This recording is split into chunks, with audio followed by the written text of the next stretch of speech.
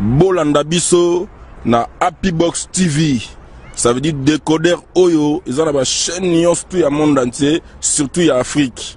Happy Box TV, plus de 400 chaînes. Si, hier mon t'a prédire liwana est-ce que biso ba tolobi ke ba obete masese biso obete masese ba congolais ba lobi akende soko tele omona partout ba ko makabila dégage ba congolais ba lobi te ke kabila akufa na masese hier mon nda lobi ke azo kufa na masese donc c'est normal hier mon nda a prédire liwana ye. Ce ne sont pas des Congolais. Ce sont des Rwandais. Non, écoutez. Et bon, il y a que na Rwanda, ils ont un centre de formation. Il y a Lingala, il y a Kikongo, il y a Kimbala, il y a Chiluba, il y a Swahili. Il y a langue nion so biso na Congo. Na Rwanda, ba centre de formation ezali. Batu nion so bazozwa formation, bazozwa bazo ekola langue wana pour ba kita na Congo. Yo kité na niveau à Bandundu. O kité na Bandundu. Oh, babenga troupe, na ebité so na robenga oni, mais za troupe ya ba Rwandais. Ba kiti, bazo kita na bangombe. Na bangombe, na bantaba, na ba meme, bazo ya na ebité so balinga sala l'élevage na Bandundu. Donc na comprendre te. Batu ba Bandundu ya aussi ka makasa minute. Donc ba Rwandais ba envahir Bandundu na niveau moko impossible. Na bangombe na bango. Donc ba uti na ngombe longwe Rwanda. Eye makolo ti na Bandundu. Comment dit Apareko? Apareko est parti moko et qui coexistait. Comment? Na yoga. Ils a parti moko et qui jamais coexisté na Congo. Pourquoi? Même biso la Congolo toi na diaspora nous ne pouvons pas soutenir Apareko. Pour la nini ils a parti oyo y a ba criminel. Oh, il y a solo. Mais nazo bisaote. D'abord ils a parti à ba criminel. De deux. Ils ont parti à ma traître. Oh, lelo soki Rwanda et envahir Congo. C'est grâce à y a président et à Apareko. C'est vrai, on aurait Rwanda. Mais yo est bien côté. Yo na Bissau. La personne qui a mené Museveni Nakatia RDC et Nakatia Zaïre pour à l'époque Nakatia Zaïre, c'est Honoré Ngwanda. Yo na Bissau loko. Il parvient à escroquer toujours. Le vieux là a escroqué Denis Sassou Nguesso. Il a escroqué Omar Bongo. 90 millions, je crois. Sokinga na kosi, ayebi aza conscient. Vieux wana a escroqué bango ayebi bango alobi azana arme, azana armement, azana ba soda, aza prêt à quoi attaquer ba Rwandais pour na benga na bango. Omar Bongo a soutenir. A pesi 3 millions. Vous avez compris? Sassou Nguesso a payé 3 millions de dollars. Omar Bongo 3 millions de dollars. Il y a un président aussi. Nabo n'attend comme président. Je sais pourquoi Nabo il n'attend comme on a. Lui aussi avait donné 3 millions de dollars. Donc au total c'était 9 millions de dollars. Bien, mesdames, demoiselles et messieurs, chers amis fidèles téléspectateurs, bonjour. Merci toujours parce que vous êtes nombreux en train de nous suivre à travers le monde. C'est déjà votre émission. Showtime avec votre humble serviteur Yannick Wenge Motonaki Bonzame. Merci beaucoup parce que vous êtes toujours au Bélé Wandarabi. Toujours dans le cadre d'émission, vous avez toujours d'actualité. Oh, et les caca Nambo Cannabis au Congo, je suis avec Papa Jancy avec lui vraiment tout le temps solo par rapport il y a marche au Congo par rapport à Rwandais, Nguna, étrangers, Bazo Kota Nambo Cannabis au Congo, on va parler vraiment avec Papa Jancy tout le temps solo. Merci beaucoup le président James Kazongo, merci beaucoup na battu tout au Botalabiso, merci beaucoup encore na les boss José Didi Dipumba. Je suis avec le président. Je suis avec le combattant Nakatia Moro, Papa Jancy. Bonjour Papa Jancy.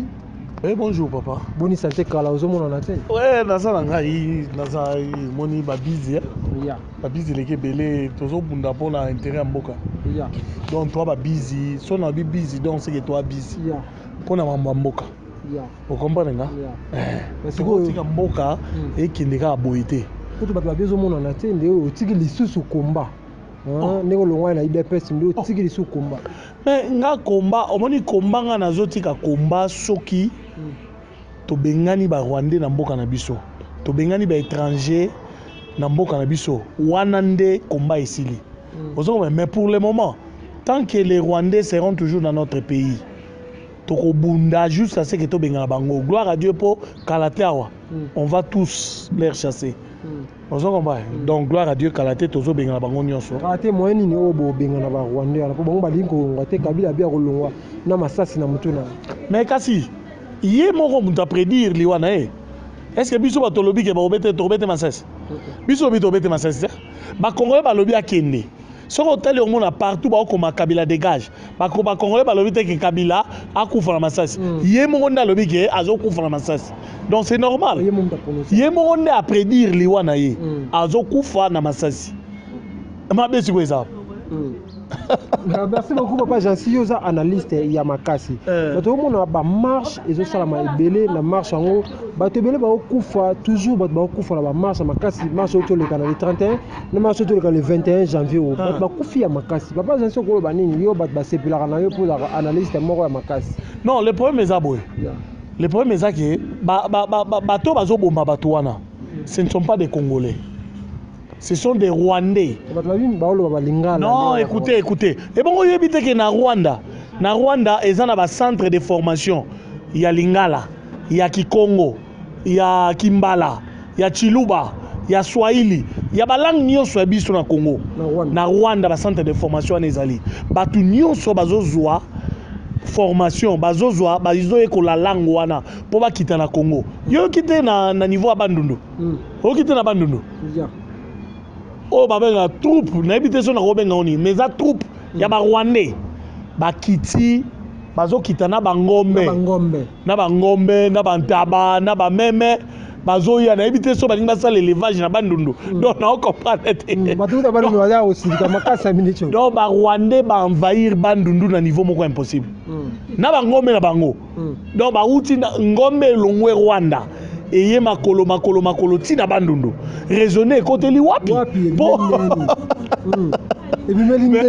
mais c'est grave ya likamba okamwa ozokoma ebimi ndenge nini ngombe uti Rwanda ezokota bandundu ole ya na nzela est mais est contourné tala contour wana ezokota siko bandundu esa ngombe eza bango tuko eza bangombe na biso mo ba yibaki apo ba non eza bangombe ya bango moko ba Rwandais omoyi ba Rwandais azalaka na mawa ya mutute so yo lelo kufi eza okola na bomi nyao eza ko na bomi nyao mais soki ngombe akufi mais eza matanga famille mobimba famille ebongo yebite batu wana bazaka na mawa ya nyama ke ya ngombe ke mawa ya yo mutu omoni ndenge eza wana soki lelo ngana Rwandais yo za Congolais yo za na dengombe na yo nga naza na 40 ngombe nga na oya koluka yo to sala association ba ngombe tu peux imaginer nga na 40 ngombe na ye koluka yo oza na ngombe wana ba ngombe mibale nga na ye koluka yo to sala association ba ngombe donc association ba ngombe to koma na combien de ngombe 42 tant to komi na 42 ngombe après na bomi yo donc basala ande bongo bongo ebite tant na boma on a tikali na 42 ngombe wana do befika de ngombe bato wana musala bango yango wana bato wana baza bato osakana bango te ils sont très venimeux que les serpents ils sont très dangereux que les serpents ndo moni bato wana baza bato ozo sola nae ils sont comme des vipères ozo ganga ils sont comme des vipères batouana. Donc il faut que bana batouana. Merci beaucoup papa Jansi par rapport à la marche dans nous bateau koufi ba accident peut tout ça la masusu na triangle wana na ba Congo bato bazo kufa na Congo lokola ba nyama réaction ezani ni take yo za mona mboga. Obi ces gens là veulent nous finir. Ozokomenga ba za na besoin aussi les sabiso na Congo.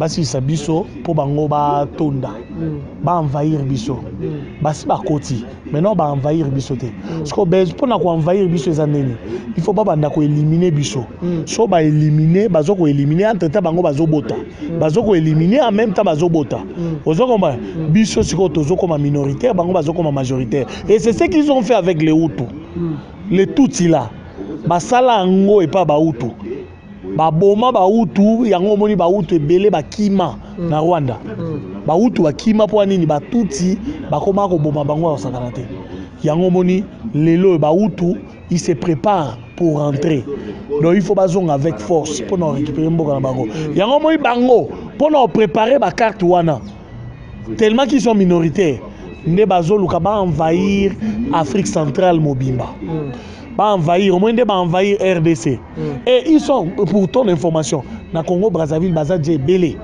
ah bon oh na Congo Brazzaville baza dje belé so, na Angola baza dja ebelé na Soudan baza dja ebelé ozo mbenga donc bazo tonda déjà pour la nini pour biso tozwa moyen hein ya obenga na bango te problème to na ngo yango na landa interview ya maître Mukendi n'habite so ebi maître Mukendi maître Mukendi aloba abi batwana ils ont existé na mboka na biso depuis du 18e siècle donc bayakala na ko bayakala bazali bana ya ndumba ya fruit ya ba éthiopien na ba israélien ozo kombenga donc ba éthiopienne oyebi période akala ba éthiopienne bazao kini na Israël oyebi histoire reine de Saba fut une éthiopienne donc ba éthiopienne bazaka o osala kindumba na Israël siko fruit ya ba kindumba na bango wana bana ngo bango wana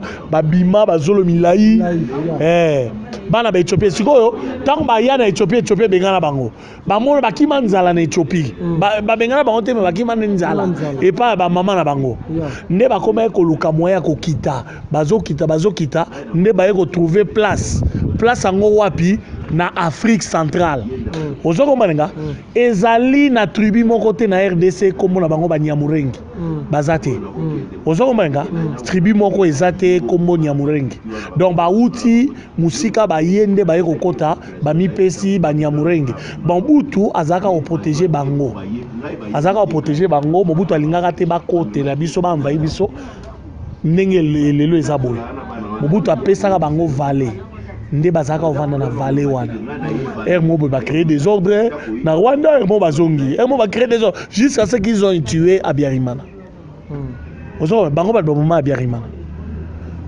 tant ba réussir siko Rwanda ozo momenga yango mo lelo ba yesiko po ba réussir biso omoni problème tozanango donc problème biso tozanango yango wana. Merci beaucoup papa Jansi, vraiment il y a problème. Oh tozana on te mettre ce solo ya apareko ya président Honoré Ngwanda na moni keba kotina bino énorme. Mambe bimé belé nini susu pour monsieur Zani. Na bien yoka nga omoni apareko. Apareko eza parti moko ekoki ko exister. Comment? Na yoka. Eza parti moko ekoki jamais ko exister na Congo. Pourquoi? Même biso à Congolo, toi na diaspora, nous ne pouvons pas soutenir Apareko. Pour la nini, ils ont parti Oyo, il y a des criminels. Oh, il y a solo. Mais d'abord, ils ont parti à des criminels. De deux, ils ont parti à des traîtres. Oyo, lelo soki Rwanda et envahir Congo. C'est grâce à il y a président et Apareko. C'est vrai, Honoré Ngwanda. Mais il y a bien côté, il y a un Bissau. La personne qui a mené Museveni Nakatia RDC et Nakatia Zaïre pour à l'époque Nakatia Zaïre c'est Honoré Ngwanda. Museveni avant plus de 5 ans na ndaku ya Ngwanda na Gombe na Simayi ese wana onyo soyebi Ngwanda ayebi ndaku ya Ngwanda na Simayi ese bayebi OK sikoyo na place wana Museveni avanda wana plus de 5 ans alia Pondu alia Thomson Okalinga alia Ngombe alia Mnyamazamba euti Équateur ozoko mbanenga alia biloko wana nyonso. Qu'est-ce qui s'est passé? Tango bakomi ko se comploter pour na ko attaquer Uganda ozoko mbanenga Ngwanda avait envoyé ses agents, il y a information ozoko mbanenga si jusqu'à ce que ba réussir Uganda tango ba réussir Uganda comment qu'est-ce qu'il fallait ba kota na Rwanda tango basilisi Rwanda ifaki bakota na RDC Ngwanda sobo landi ba interview en Ngwanda oyoka ke Museveni ayebisaki ke ba okota ti na Zaïre Museveni siko ba se complotaki ba yokanaki na Ngwanda ke soki bakomi na Zaïre c'est Ngwanda qui deviendra le président de la République C'était comme ça. Oui, c'était comme ça et Mobutu ne savait absolument rien. Yango wana omoni Ngwanda tango ba trahir ye. Donc les trahison oyo Museveni a sali. Hier bandaki na ko trahir Mobutu. La première personne à trahir Mobutu au Congo, c'est Honoré Ngwanda. Obino boyebi wana. Si yende mutu a trahir Mobutu. Oyebi nini? Mobutu tango bengaki Tshisekedi na Nice. Ezaki po ba pesa ye responsabilité, charge nyonso. Ayebaki Mobutu ayebi ke o aza mwana mboka. Soki lelo to pesi ye pouvoir à reprotéger biso. Ba yebaki yango. Ngwanda. Vundwawe. Nzimbi, général Nzimbi. Ba telemela Mobutu. Ba boyi balobi tipo wana za muluba.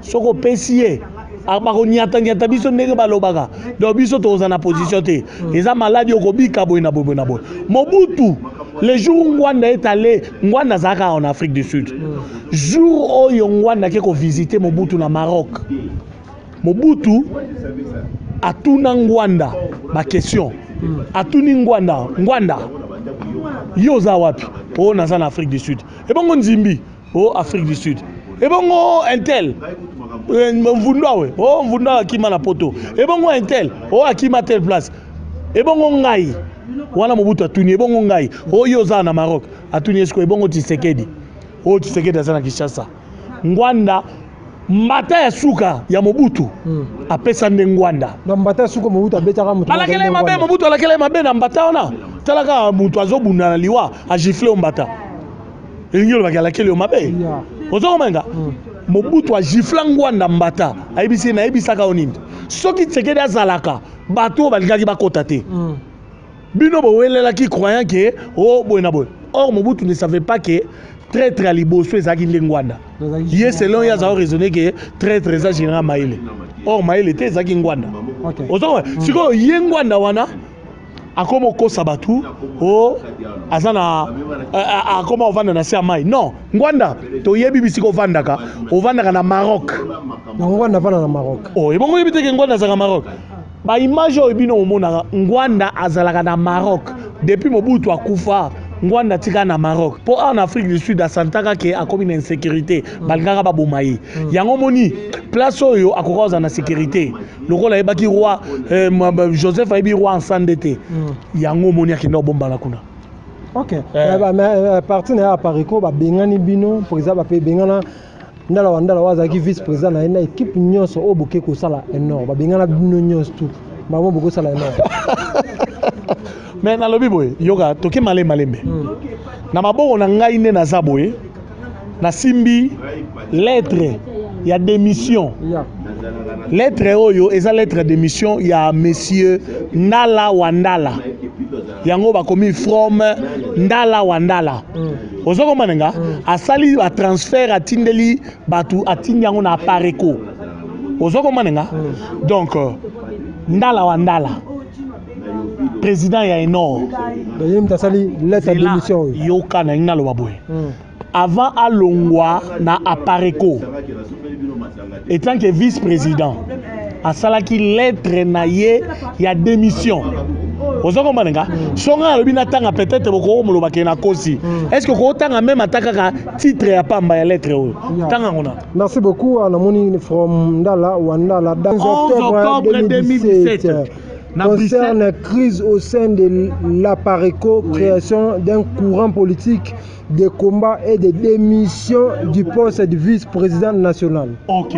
Bon, siko, Apareko selon ngana yebi Apareko. Apareko ngana yebi Apareko. Moi, je n'ai jamais été à l'Apareco. Pour n'ayebi ezaka parti à aventurier. Yango mo itang bayaka ko proposer. Déjà parti à aventurier. Yoka. Tang bayaka ko proposer biso to boyaka Apareko. Franche vérité. To boyaka Apareko. To linga ko sentir Apareko te. Pour la nini to comprendre que le président qui est là c'est un criminel. Un criminel. Quelqu'un qui a beaucoup tué au Congo. Non, écoutez, Ndala Wandala n'a jamais travaillé avec qui que ce soit. Yoga mangana ibisao. Ezana mbatu mokote groupe mokote nakati RDC wana.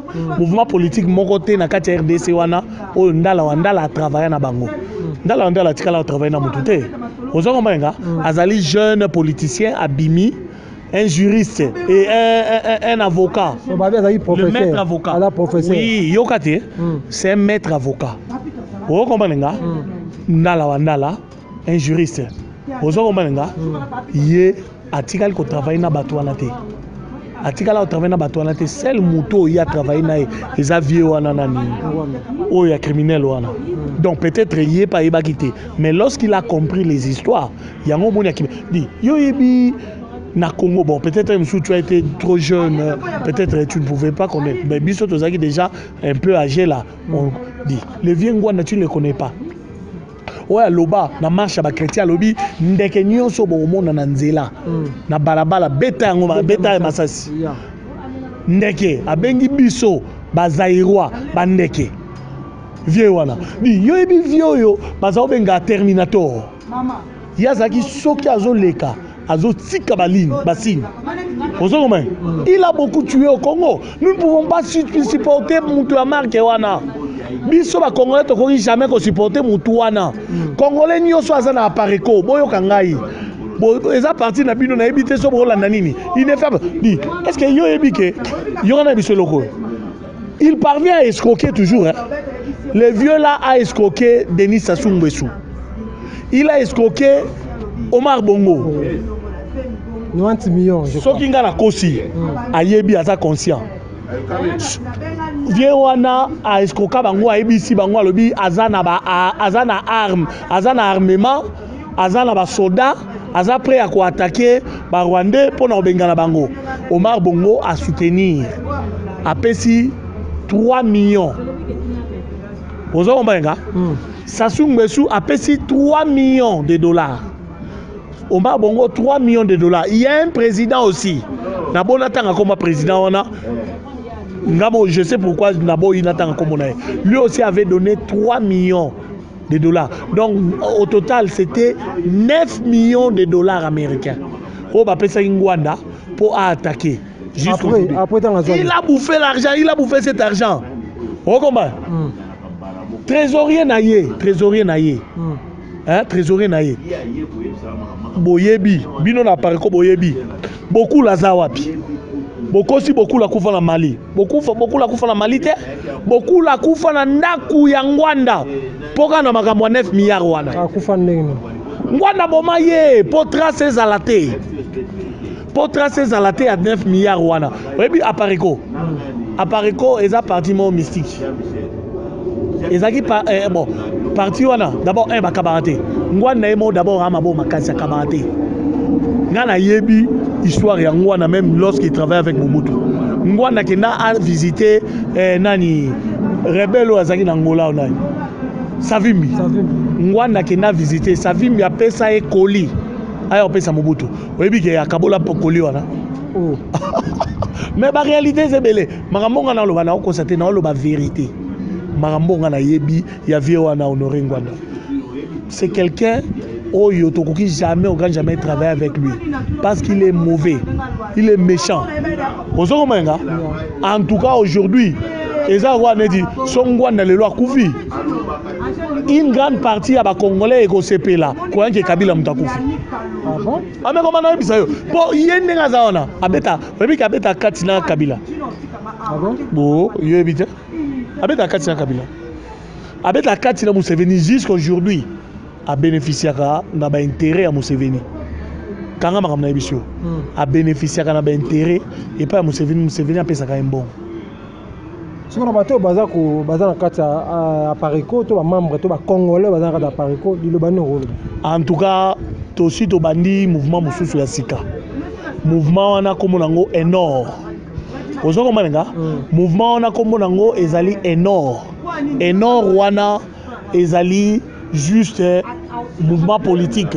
Énorme il nicola ça yango ensemble pour une nouvelle république. Pour une nouvelle république. Donc au départ, et là on a liboso tozo banda. Nous devons d'abord bouter to bengana ba Rwandais nyonso bazana mboka na biso libanda. Moi je suis combattant, j'ai beaucoup combattu depuis le Congo. J'ai été tabassé na lala ba kacho na Kankokolo, na en Afrique du Sud, to lali ba prison, to koti ba prison na mboka oyo, mais ce comme na ndimi ngai na soutenir ndala wandala pour na moni ba ambition ya ndala wandala exact et vrai. Parce que bon babi ba mbongo mama bina to mituka mama bina azwa ya pareko ya ba membre pareko azwa ngo nde ba mbongo wana ba ske na ngo ba sala énorme oyo eza mamba solo to lokuta.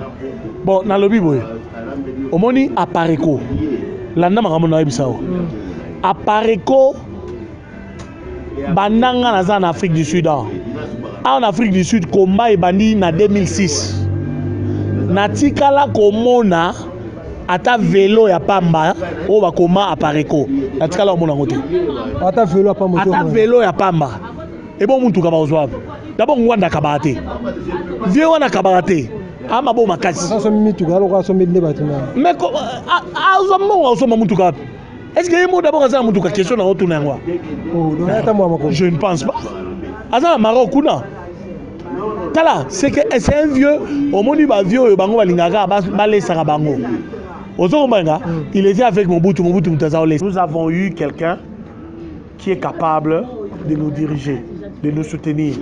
Alors la personne c'est Ndala Wandala. Ceux qui va corrompre na éviter ceux qui va corrompre tout be ba éviter kaka loba. Ozo mbanga Dosta, je te mets en garde. Attention, attention. Il ne faut pas chercher le feu. To tika no ba Rwandais poto to attaquer yo. Donc eloko biso tozo lukato to bandango na ba Rwandais. To mekango na nepa na yo. Keba ezala mbano ya suka. Dosta ezala mbano ya suka. E na kebisi ngwanda koluka ko sali mabe oyo sala na mokili kolunka te opakola ngo epa bato mosusu. Tika makambo oyo. Yo tika même makambo parti politique. Tika yango na bondeli yo tika po parti politique na yo eroza na Maroc erotika la na Maroc erosuka na Maroc en Afrique du Sud parti wana se kufa la personne qui dirigeait ces partis c'était Maman Bena mais Maman Bena alongo a démissionné bino bo benga na ye na ngana ebi na pareko ezalaka ke ngwanda ye moko aloba na landa ngwanda aloba ke apareko eza parti babengana mutu te ndenge yaki soko moni obima obimi na yo bon siko bato babimi na bango balongwe ekomi obengani bango pourquoi ozomona eza politique ya salite donc likamna na loba ya suka parti politique oya yo toyebi ke luka obotola roi asande pouvoir soka za roi Maroc luka obotola pouvoir na Congo erosimba te po yo même biso moko tokozwa yo tokosimba na maboko omoni bisiko kenda osala conférence na wana c'est parce que biso tozala te mais le jour où tokozwa yo oh yé na Afrique du Sud osala oyebi tokanaka mwana na yo ya mwasi awa oyo abala paste mais bato nde bakonseillera biso on allait les tuer mais pour la colère soki aussi tu continues avant tobandana na yo tobandana na mwana ya mwasi toyebi esika vandana azaki na bere akoma ovanda na Santon toko aya wana toko attaquer ye toyebi na adresse makambo nyonso keba. Merci beaucoup papa, merci pour numéro de téléphone. Numéro na téléphone ezali 061 004 0059 Jansi douté tozoloba vérité Yamonde. Merci beaucoup chers amis fidèles téléspectateurs, nous sommes arrivés à la fin de cette émission. Merci beaucoup Nazarina papa Jansi. Moi on la rate énorme. Merci beaucoup à tout le monde qui a suivi cette émission. Merci beaucoup.